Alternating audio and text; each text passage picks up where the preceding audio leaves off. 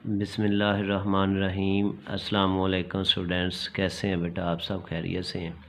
बेटा आज के इस लेक्चर में हम 10th मैथ चैप्टर 9 का थ्योरम नंबर 2 डिस्कस करने जा रहे हैं।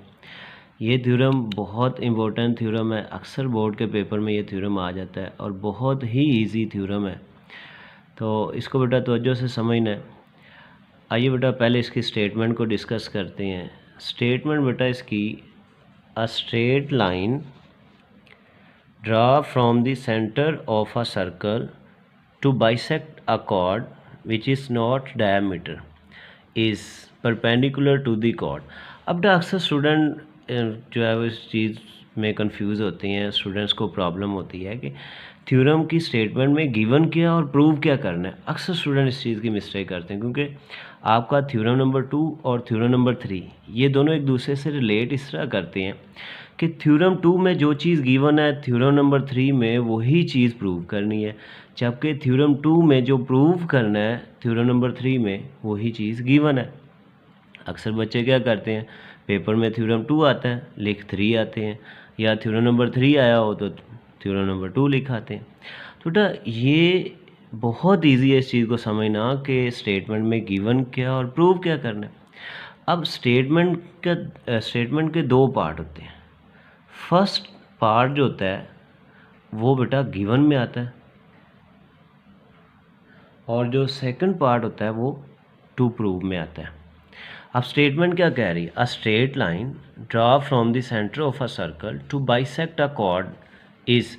अब ये इससे पहले वाला पार्ट गिवन है, यानी हमें गिवन है कि एक लाइन है जो कि सर्कल के सेंटर से ड्रा करनी की गई है, और वो लाइन क्या कर रही है, वो कॉर्ड ए बी को बाइसेक्ट कर रही है। बेटा डायग्राम बनाने के लिए आप लोगों ने कंपास से प्रकार से एक सर्कल ड्रा करना है, ए बी कॉर्ड लेनी है। कॉर्ड एक लाइन सेगमेंट जो कि सर्कल के दो पॉइंट्स को ज्वाइन करता है, और इसके ऊपर सर्कल के सेंटर से एक लाइन ड्रा करनी है जो कि बिल्कुल इसको बाइसेक्ट कर रही होगी। मतलब एम जो है ये कॉर्ड ए बी का मिड पॉइंट होगा। ये चीज़ हमें गिवन है, मतलब जितनी लेंथ ए से एम की होगी उतनी ही लेंथ एम टू बी होगी। ए एम और बी एम ये जो दोनों मेजरमेंट्स हैं, दोनों लेंथ्स हैं, ये इक्वल हैं। ये चीज़ हमें गिवन है।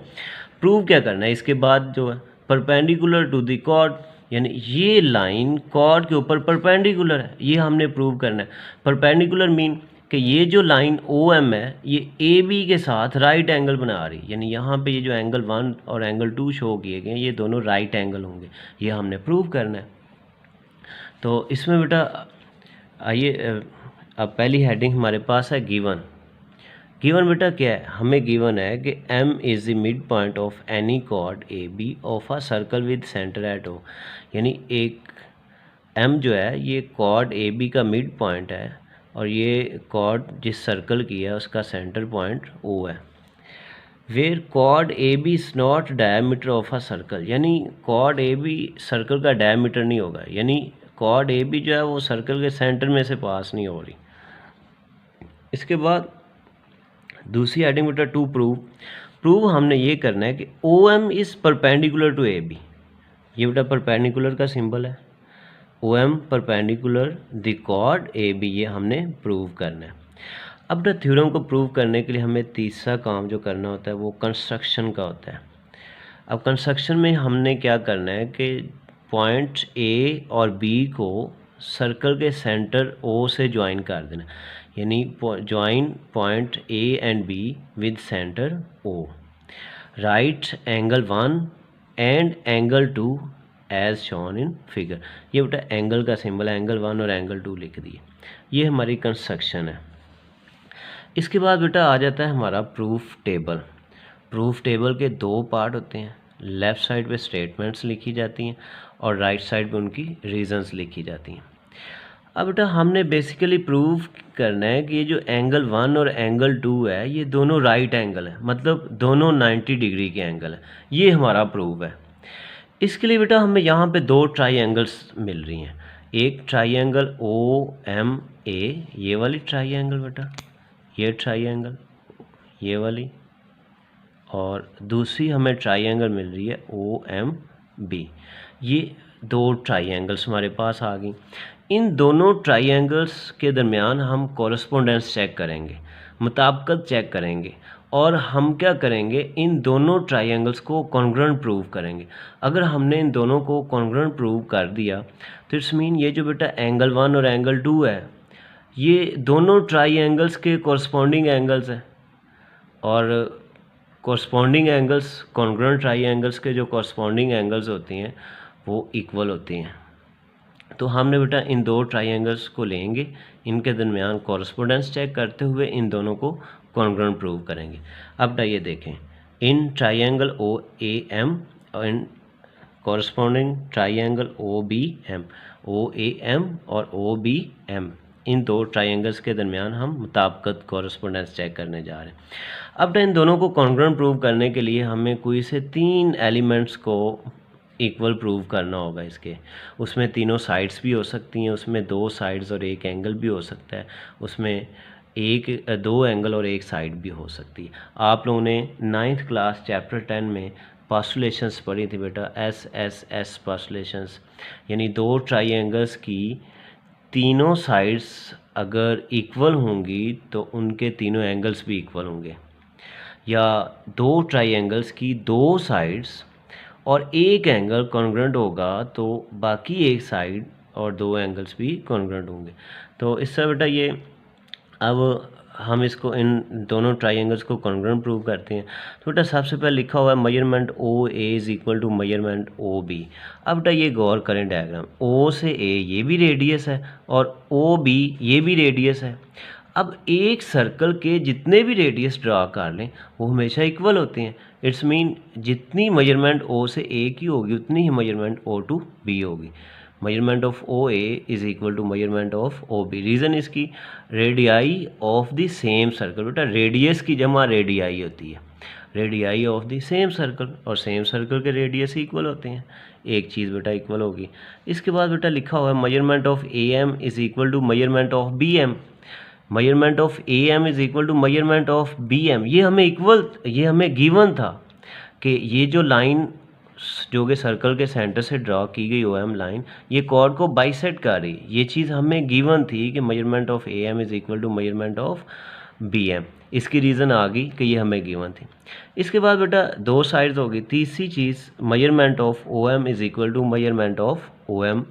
ये जो बेटा ओ एम साइड है ये दोनों ट्राइंगल्स के लिए कॉमन है। अब अगर कॉमन है तो दोनों के लिए सेम है, इसकी रीज़न क्या आएगी कि ये कॉमन है।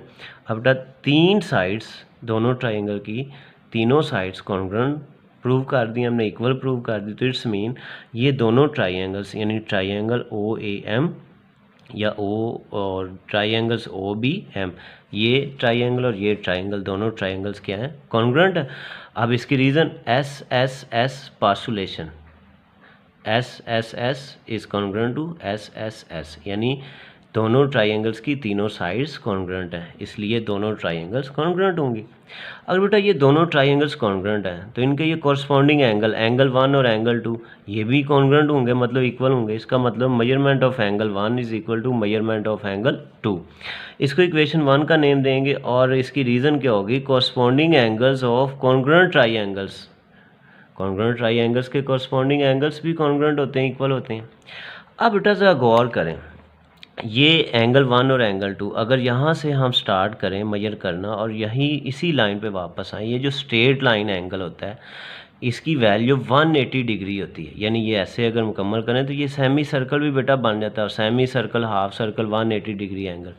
इस मीन एंगल 1 और एंगल 2 इन दोनों को अगर ऐड करें, ये जो total angle A M B है इसकी वैल्यू कितनी है, 180 डिग्री। और इसकी रीज़न ये एडजेसेंट सप्लीमेंट्री एंगल, सप्लीमेंट्री इसलिए बेटा कहा गया कि दोनों का मजमूआ, दोनों का सम 180 डिग्री है। 2 एंगल्स का सम 180 डिग्री हो तो उनको सप्लीमेंट्री एंगल्स कहा जाता है। तो इनका सम जो है वो 180 डिग्री। इसको इक्वेशन 2। अब गौर करें, इक्वेशन 1 में हमने प्रूव किया एंगल 1 और एंगल 2 इक्वल है, जबकि इक्वेशन 2 में हम कह रहे हैं कि दोनों का सम 180 डिग्री है। अगर बेटा दोनों का सम 180 डिग्री और दोनों इक्वल है तो 180 का हाफ कर देंगे, 180 को 2 पे डिवाइड करेंगे तो 90 डिग्री। इट्स मीन एंगल 1 भी 90 डिग्री और एंगल 2 भी 90 डिग्री है। इसकी रीज़न क्या है, इक्वेशन 1 एंड 2। तो यही हमने बेटा प्रूव करना था कि ये जो OM लाइन है ये AB कॉर्ड के साथ राइट एंगल बना रही है, राइट एंगल बना रही है, तो it's mean OM is perpendicular to AB, OM is perpendicular to AB। ये बेटा हमारा फाइनल रिजल्ट था इस थ्योरम का। तो ये आज के लेक्चर में हम ये थ्योरम, एक ही थ्योरम कर रहे हैं, इसको बेटा अच्छी तरह समझना है, याद करके लिखना ज़रूर है। लिख के जब तक प्रैक्टिस नहीं करेंगे तो ये याद नहीं रहेगा, और विद कॉन्सेप्ट समझ के लिखना है। ठीक है बेटा, नेक्स्ट लेक्चर में इंशाल्लाह मुलाकात होगी। अल्लाह हाफिज़।